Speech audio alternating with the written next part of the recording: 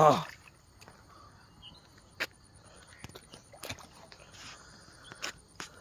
നല്ലൊരു കിടുക്കാച്ചി ബ്രാലിനതാ പിടിക്കുന്നത് നമ്മളെ മുത്തു.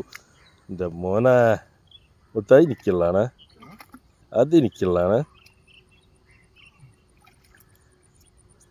സൈസാട്ടത്, നല്ല സൈസ് സാധനമാണ്. ചൂണ്ട കിട്ടില്ല കയ്യിൽ, ചൂണ്ട കിട്ടില്ലേ?